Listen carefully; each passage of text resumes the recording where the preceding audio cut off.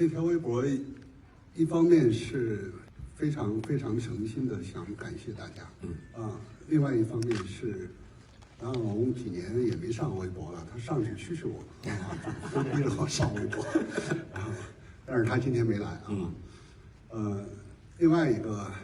其实对这个电影的情感是不一样的，就像这个片名，很多人都说这个片名不知道讲什么，但是我觉得这个片名特别像我们这一些人的一些写照，就大家都特别希望能够用一个工匠精神来对待自己的专业，能够给大家呈现好的表演，然后好的影像、好的故事，所以整个拍摄过程也是按照这个德贤谨致的这种精神一直实施的，希望大家能感受得到。